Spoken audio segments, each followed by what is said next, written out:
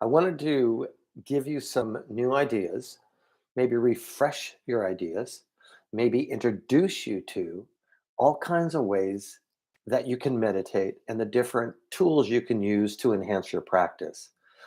And and kind of I want to wipe away some of the ideas that people have regarding meditation that just simply aren't helpful or true. So, what is meditation? It is like the difference between meditation and prayer. In prayer, you're talking to God. In meditation, you're listening to God. And how does meditation actually function when there's all this commotion going on in your head all of the time? In your headspace, which happens to be a meditation app you can check out, it's like walking into a crowded bar or restaurant where there's all this chit chat going on, all this clatter, and it's hard really for your intuition and for your peace of mind to reach you because of all the voices that are going on in your beautiful mind. What meditation will do is slowly but surely quiet the amount of voices that are in your mind. Some people say, I can't stop thinking. You were never supposed to stop thinking. So don't worry yourself silly about stopping your mind. All you want to do is you want to get into position to slow down all of the chatter. And it actually works over time as you practice. The noise in your head begins to calm down, and then your muscles calm down, and you give your entire system, right? This entire body system, you give it a break. And in doing so, you then have the ability to actually start to get a hold of yourself and to allow incredible opportunities to show up. So, meditation is actually one of the least expensive ways you can learn to chill. And what we're going to do today is we're going to look at some of the ways you can set up your meditation program, whether that be for 5 minutes a day, which is good, just 5 minutes a day that you make a dedication to doing it every day. And that is really important. It's that you do it every day. So here's some suggestions for you that I believe will enrich your life. So, first, whether you're in your home or you're in a hotel or a friend's house or you're in the park, I do believe you should find the place, the spot. Let's just say in your home. It may not just be in your meditation room if you have the ability to have that luxury, or it may not just be in your living room. It may be in your office or your guest room, or let's say you live in a studio apartment, right? In New York City, find the space wherever you are that you can feel relaxed. You can feel that this is the right spot for you. That's the first thing. Now, I'm going to go along with the context that you're in your own home. So, in your own home, find the space. Then we want to let ourselves know that this is quiet time. We're actually going to settle down. And by having a routine with your practice, you will then begin to follow the lead. And the lead is I've been here before. I know what we're going to do. This is what your brain and your subconscious are saying. And I'm going to go along with him or her to do this. So you're going to find a space, right? Now you're going to decide just how long do you want to do this? 5, 10, 15, maybe 20 minutes? There are those who do 30. I do 20. I set my sights on doing 20. If I'm got a really crazy schedule, I may only do 15. Or if I'm really pushing it, I may only do 10. But my point is to do it. So you're going to find your space, your spot where you're going to do this. And you're going to do this repeatedly. Now, here's some extra tips and tricks that you can use in order to get yourself lined up for calming down, right? So, and you also want to do this. I highly recommend that you do this in the morning. It depends on your lifestyle, or in the afternoon. This is not a go to bed video. This is get your day, get a vibe in your spirit for your day. You create the vibe. Don't wait for the things that are going to come at you. You're going to set the stage. The earlier you do this, the better. Maybe if you get up at 7, maybe it's at 8, maybe it's right when you get up, maybe it's 2 hours after you get up. But find that place in your clock in your day that fits you best as early as possible. Now, one thing you can do is you can use a candle, right? I use as many things as I can in order to corral myself and enjoy this process. So you may want to light a candle.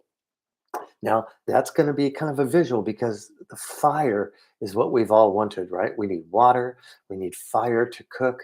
These symbols are historically used through all mankind for meditations.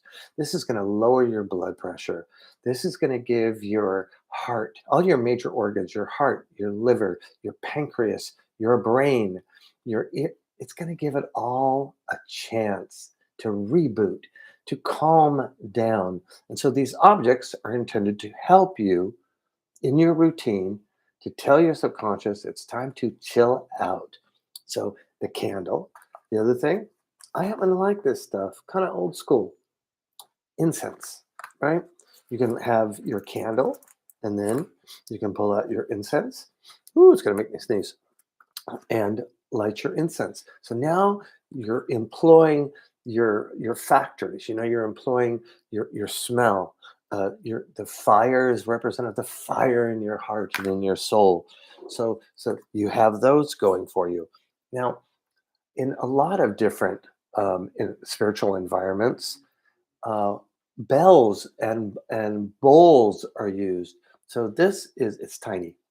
It works. It's a Tibetan bowl. That, because I use it regularly, immediately relaxes my muscles in my face, in my arms, in my thighs, in my ass, in my body knows and is like hooked up to this noise. And many times I'll do it 3 times, right? So you've now and it is said, some mystics believe that the bell or the bowl actually sends a message and gets rid of the negative spirits. So it is eliciting from you your audio factories. So you have that going. So now you have the fire, you have the incense, and you have the candle. Now, one thing I would really recommend is that you employ an app because your brain, we want to do whatever we can to bring it down, right? To bring the brain waves into a more harmonious condition where you can listen, where you can allow for that miracle insight to happen. One way to do that is with an app. Now, the one that I use every day is Insight Timer. You can use a Headspace or Insight Timer. It's free, and you actually get to choose the amount of time that you're going to do your meditation. If it's 2 minutes, hey, let's start with 2 minutes. Let's get brave, right? Let's get brave. No more excuses. This is ancient practice, which will help illuminate your life, create more harmony in your relationships, more prosperity in your work, more open communications with your children, your boss, your friends, your neighbor, your lover. This has so many benefits, it's off the chart. So now, if you download your Insight Timer, you set up the time, let's say 20 minutes for me, and you have your ambient noises. You can choose the running creek, the ocean, the Buddha bell. There's all kinds of things, and you get to set this up for your individual pleasure, right? And then the duration, we did the duration of time, and then the exit bell. The third part that you get is to choose the bell that commences the meditation. So again, through routine, you're learning, okay, I'm going into meditation, and then you explore in your meditation. You can do visualization. You can do whatever you want. I really like Zen Buddhism insofar as you get to breathe. Now, if your mind goes, I want a peanut butter and jelly sandwich, you don't get perturbed or you're not losing your grip. You just go breathe and exhale. Do it with me. You breathe, you exhale. Now, you do that repeatedly. The brain can only think one thought at one time. Okay. Your brain can only have one thought at a time. Therefore, if you're employing breathe in, breathe out, you have employed your brain to be on one specific subject for 1 second. Now, the science has told us that between every two thoughts, there's a space, right? So the thing I believe that gets employed in your practice is your pineal gland. Pineal glands are all over spiritual testaments. They're on the sticks that the Catholics use, that the Pope. There's a pineapple. Visiting Rome, excuse me, not Rome, but more specifically the Vatican, they have this huge pineapple in the back. What is a pineapple doing at the Vatican? And there's a gold globe. Well, we know that's money because the Catholics got a lot of that. But why a pineapple? Because it mimics the look of the pineal gland that is on the top of your brain, where there's a hair's breadth.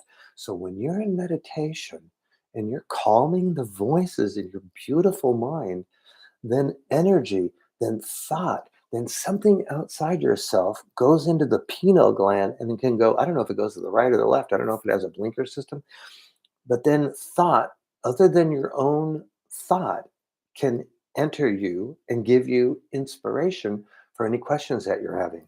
So using the Insight Timer or Headspace or any of the other apps that you can get for free or pay for it. And then when you're just starting, use a guided meditation. I used them for years. I've been meditating for about 35 years. Changed my life. I just did it to soothe a friend who was bugging me about going and checking it out.